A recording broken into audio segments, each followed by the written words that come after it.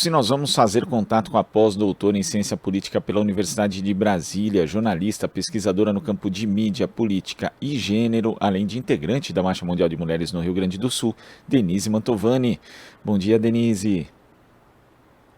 Bom dia, Glauco. Bom dia aos ouvintes do Jornal Brasil Atual. É um grande prazer estar aqui com vocês hoje.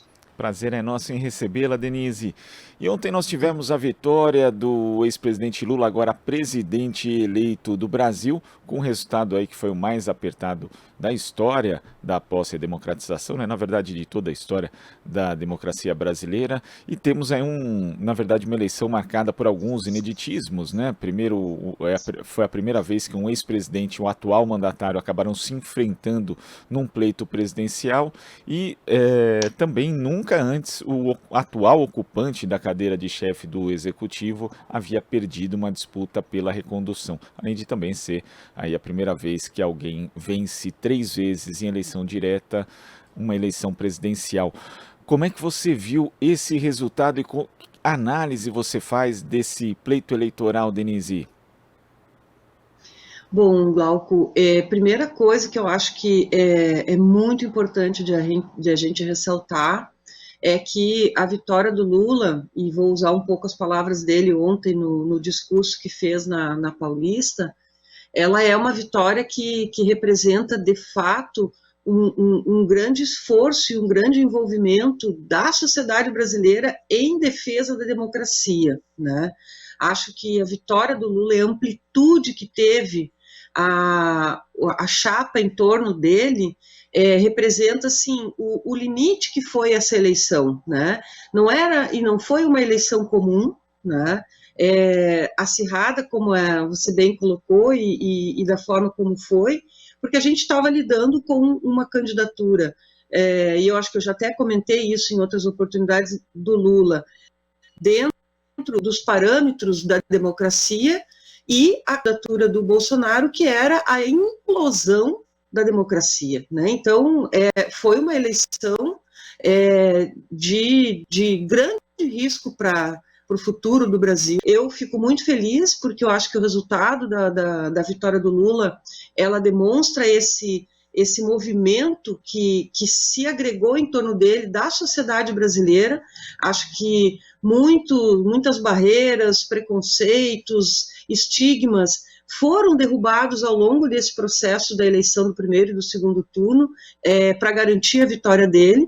E não foi uma eleição fácil, porque nós não lidamos com uma candidatura do campo democrático. A candidatura adversária do Bolsonaro foi uma candidatura que lidou com ações criminosas, né? A gente viu o que aconteceu no primeiro para o segundo turno, e durante o segundo turno, de esparramar fake news, o uso descarado da máquina pública, criminoso, eu diria, inclusive, para atacar as ameaças que os empresários, e eu espero que isso tenha continuidade nos processos judiciais em que foram registrados, porque o setor, alguns empresários promoveram ameaças ao longo desse segundo turno, também descaradas, não tinha vergonha. E, por último, as ameaças e as violências que aconteceram contra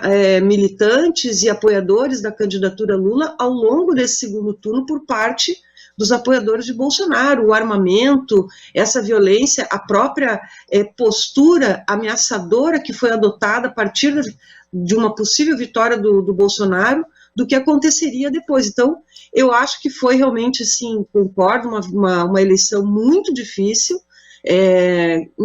como a gente nunca viu e nunca experimentou desde a redemocratização em 88, mas eu fico feliz porque eu acho que a sociedade brasileira, ela soube dizer, por mais dividida que hoje a gente sai dessa eleição de 24 horas, ela é uma sociedade que, na sua maioria, diz, não, nós queremos a democracia e nós vamos apostar nesse processo com o Lula, que foi, na minha opinião, seria o único sujeito político e histórico da nossa experiência vivida, eu acho que seria capaz de destruir, de vencer uma máquina de destruição que era o que estava em torno do Bolsonaro. Ali a gente experimentou situações gravíssimas de ameaça contra os adversários, né, de ameaça inimigos. Eu tenho trabalhado numa pesquisa atualmente, Glauco, em que a gente está observando o mapa da representação política, e o que a gente vê das campanhas que aconteceram naquele primeiro turno dos proporcionais e agora em favor do Bolsonaro é uma máquina que constrói, inclusive, uma realidade paralela, tornando absoluta a possibilidade da vitória do Bolsonaro, e criando uma sensação em torno de fake news que é algo realmente assim surpreendente, que nós tenhamos chegado numa situação dessas na sociedade, em que uma parte dela é controlada por mentiras, né? Que é o que eu tenho visto nesse trabalho que eu estou fazendo. Então, eu acho que é uma vitória grandiosa, histórica, que significa o futuro das nossas vidas num caminho de recuperação, reconstrução e reaglutinação, que eu acho que é muito importante encerrar com isso. As palavras-chave que eu diria do que o Lula falou e que me parece que são fundamentais para nós nesse momento: paz, né? Governar para todos, desarmar o país e enfrentar a fome. Eu acho que são os temas que mobilizaram a sociedade brasileira em torno do Lula, e isso é algo que realmente é um marco da nossa história política brasileira recente, o que a gente viveu nessa eleição. Mas estou feliz, porque acho que a sociedade brasileira soube dar um recado para esse extremismo fascista que estava a ponto de se consolidar nessa eleição.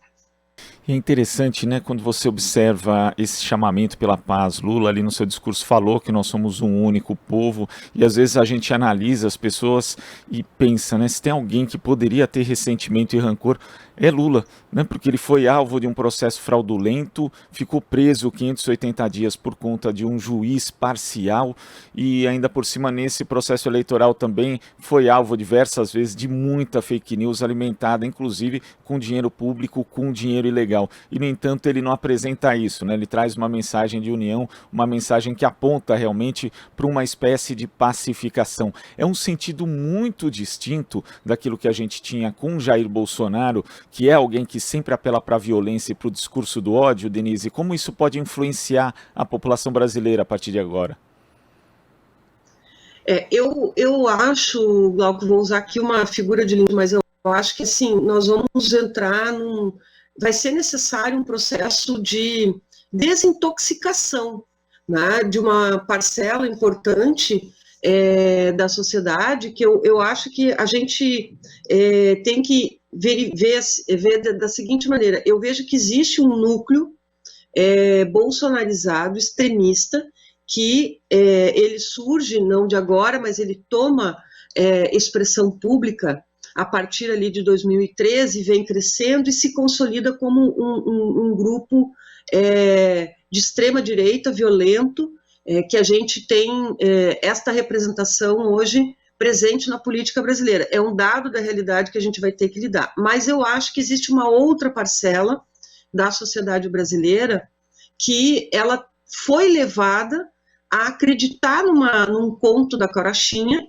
a partir dessa lógica de manipulação da verdade, da construção de mentiras como fatos, enfim, e que esse público não quer uma relação violenta, porque ela é vítima dessa sociedade violenta. E quem pode amar não é essa população trabalhadora que recebe até 2 salários mínimos, até 3 salários mínimos. Ela é a vítima em potencial de quem tem dinheiro para e fazer, como fez a Carla Zambelli no final do semana, da sua autoridade, a possibilidade de sair com arma em punho, ameaçar todo mundo, né?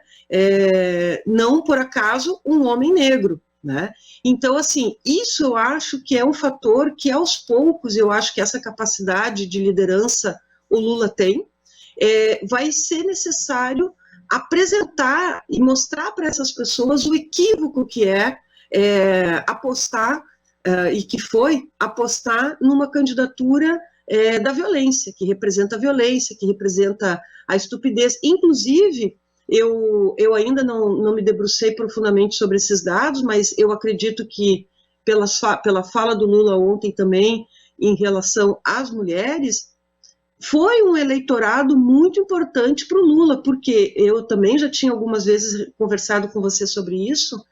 As mulheres são o alvo da política executada por Bolsonaro. Nós fomos alvo em todas as esferas de vida que nós tenhamos, né? Por conta da violência, seja ela violência doméstica, violência na rua, ameaças, estupros, constrangimentos morais, como o Bolsonaro praticava com as jornalistas. Então, esse eleitorado que eventualmente possa ter sido levado por alguma argumentação, que eu acho que também a gente tem que se dar conta do movimento feito pelas hierarquias de grupos religiosos, que eu repito, não são a base, mas é uma hierarquia de poder que tomou de assalto a fé das pessoas, e isso construiu uma camada da sociedade e de eleitores e eleitoras que foi levado a acreditar numa ideia que ela vai se mostrar, eu tenho certeza, a falsidade que era. E essas pessoas vão retomar, na minha opinião, a percepção do que significa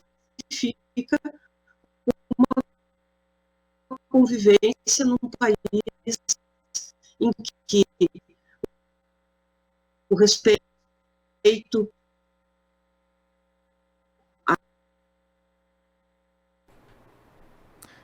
Parece que nós... Alô, Denise? Parece que nós tivemos um probleminha aqui de conexão. Vamos ver se a gente consegue restabelecer. Denise, você me escuta?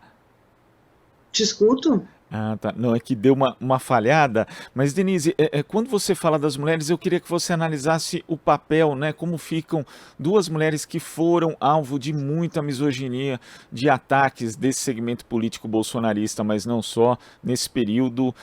Primeiro, a ex-presidenta Dilma Rousseff, né? Muitos analistas, inclusive no início da campanha do ex-presidente Lula, hoje presidente eleito, diziam que ele tinha que esconder Dilma. E eu lembro que no primeiro comício aqui do primeiro turno no Vale do Anhangabaú, o Lula trouxe a Dilma e ela foi muito aplaudida.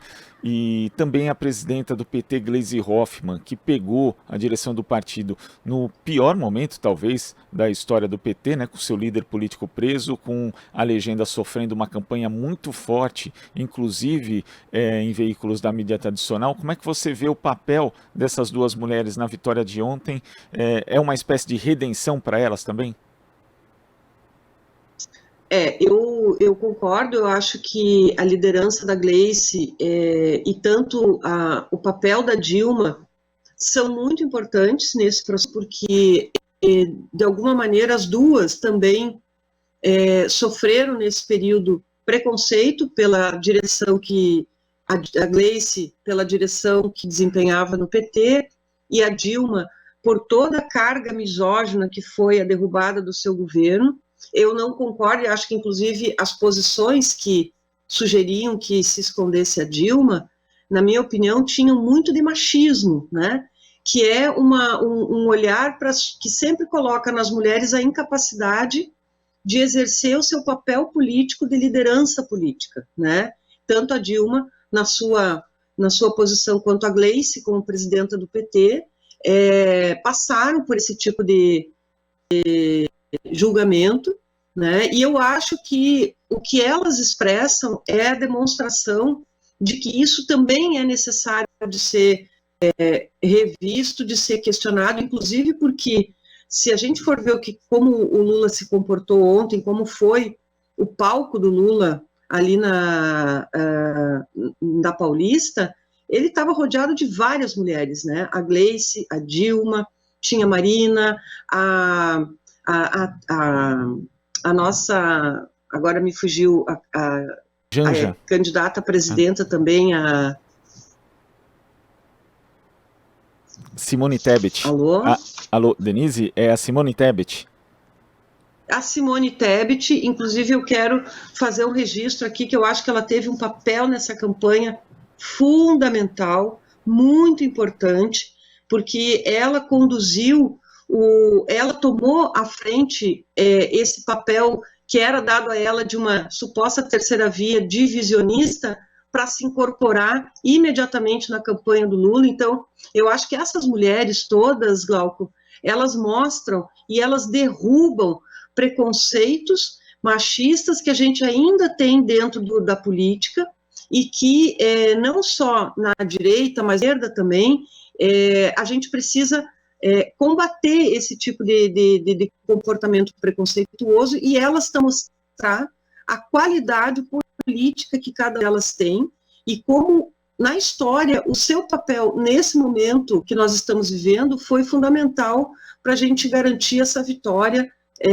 junto com o Lula. A Gleice, uma super parceira do Lula, a gente via a maneira como ela, inclusive, enfrentou uma série de ataques machistas que ela foi vítima, né, ao longo desse processo também. A Dilma nem se fala, né, e acho que ela ocupou um espaço importante no primeiro turno e no segundo turno, inclusive, em debates, na formulação e na organização da base militante para discutir o que nós estávamos vivendo, discutir a conjuntura política, né? Então, eu acho que... E a Simone Tebet, que é isso, que eu acho que é um grande papel que ela teve nesse segundo turno, ampliando e buscando romper barreiras e preconceitos contra o PT, contra o Lula, do qual esse estigma que foi construído, e aí remonto ao que você estava comentando, pela própria mídia, de demonização do PT, demonização do Lula. A gente não pode esquecer que esse antipetismo,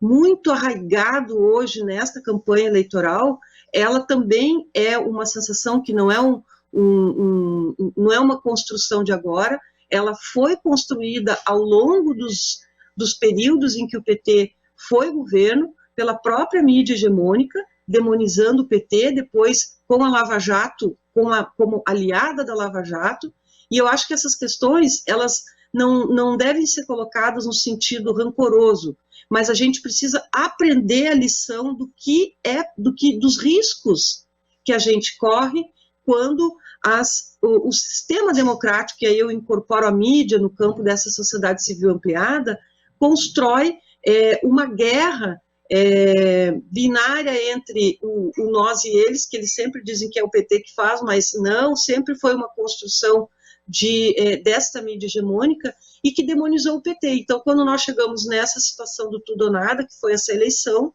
todo mundo percebeu que todo mundo estava perdendo com esse tipo de retórica. E eu espero que isso também seja parte, assim como esse comportamento machista e misógino sobre as mulheres na política, o próprio comportamento de parte da sociedade e da mídia que via no PT e no Lula a necessidade de demonizá-los. Por quê? Porque é o PT e foi o Lula no seu governo que ampliou a distribuição da riqueza nesse país, e isso provavelmente incomodou muito setores do capital que sempre ganhava e que foram e eram aliados dessa mídia hegemônica. Então, eu acho que essas questões, elas estão colocadas a partir de agora para que a gente consiga, de fato, construir uma sociedade pacificada. Não é apenas o Lula, o governo Lula, é a sociedade como um todo que precisa entender que todos tiveram uma parcela e precisam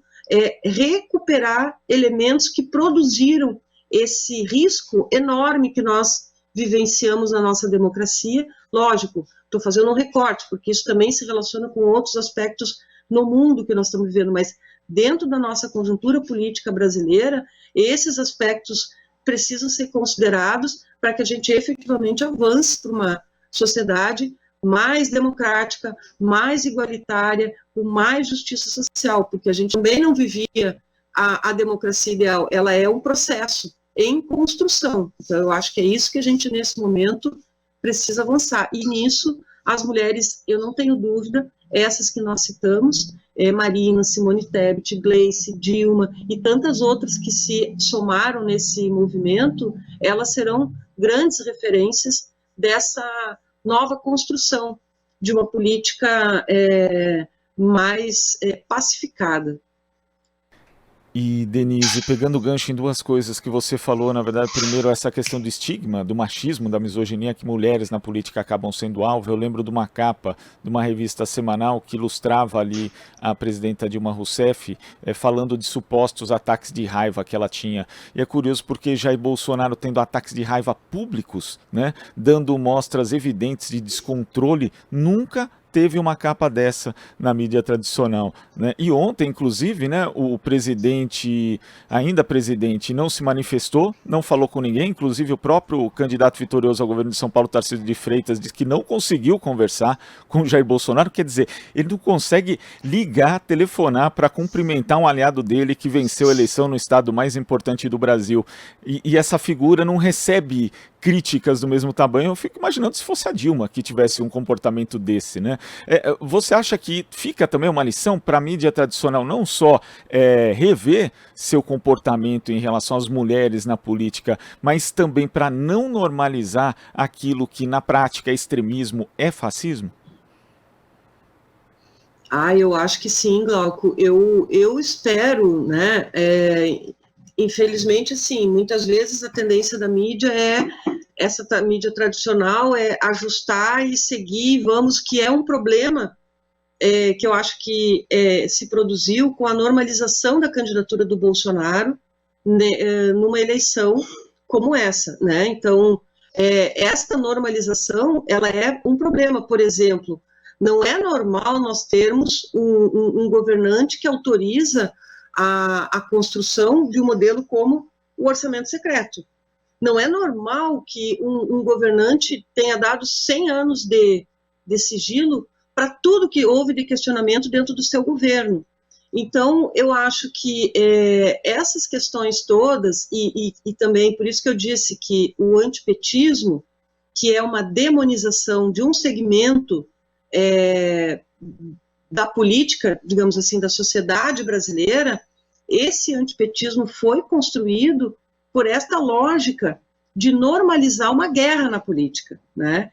Então, eu acho que a mídia tradicional, ela deve, sim, olhar para alguns procedimentos e comportamentos que ela teve. É óbvio que isso não significa dizer que as opiniões tenham que ser todas amistosas, a crítica sempre vai existir. O que me parece que é o raciocínio que você está fazendo, no qual eu concordo, é que não dá para a gente achar que um sujeito fascista, que tem uma prática fascista, e isto não está interrompido no mundo, acho que isso é uma coisa importante que a gente precisa considerar, e isto não está interrompido no Brasil, porque nós temos um parlamento que neste ano foi eleito na onda de um movimento fascista dentro do país. Então a gente também tem que olhar. Eu estava vendo um pouco antes alguns deputados eleitos pelo PL ou pelo apresentando-se como bolsonaristas, ameaçando que o Lula não vai ter um minuto de folga e não vão descansar enquanto não derrubá-lo. Então, assim, esse tipo de comportamento precisa ser colocado no lugar que ele tem, que é um comportamento fascista, que não aceita a derrota e não aceita o exercício democrático. E nesse sentido, Glauco, eu também acho que é preciso fazer aqui um registro, o papel que teve o presidente do TSE, Alexandre de Moraes. Acho que ele soube, nesse período gravíssimo que nós vivemos e construção de diversões e realidades paralelas, ele soube conduzir o trabalho no TSE para não cair em armadilhas da extrema-direita que o tempo todo tentou melar a eleição, inclusive com o episódio de ontem da Polícia Rodoviária Federal, um organismo do Estado brasileiro que patrocinou uma ação de impedimento ou tentativa de impedir o cidadão de votar. Isso é algo tão grave que eu não sei como aquele diretor não foi preso, porque se ele autorizou esse tipo de movimento, ele estava autorizando um movimento ilegal, né?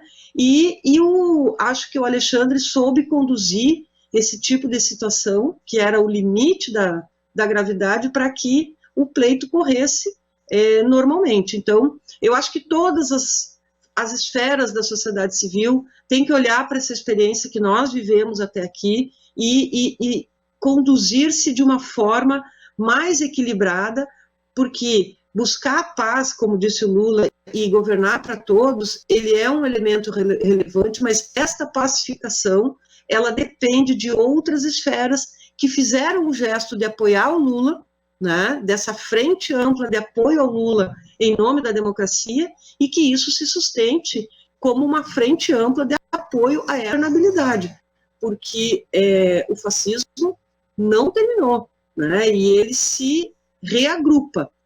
Então, eu acho que é muito importante estar atento, e isto passa pelo comportamento e política também discutindo isso, como é o caso da mídia. Denise, queria agradecer a sua participação aqui no nosso Jornal Brasil Atual. Até a próxima. Obrigada, Glauco. Obrigada aos ouvintes também aqui do Jornal Brasil Atual, e desejo a todos vocês e a todos nós um próximo período alvissareiro desse país. Acho que todos nós temos que comemorar. Foi uma grande vitória do Lula e de toda a sociedade brasileira, e oxalá a gente daqui vença toda essa carga de destruição, tristeza, e que a gente viveu nesses últimos anos. Um abraço a todos. Abraço, é isso, o Brasil merece tempos melhores. Conversamos aqui com a pós-doutora em Ciência Política pela Universidade de Brasília, jornalista, pesquisadora no campo de mídia, política e gênero, integrante da Marcha Mundial de Mulheres no Rio Grande do Sul, Denise Mantovani. Estamos apresentando Jornal Brasil Atual. As notícias que os outros não dão.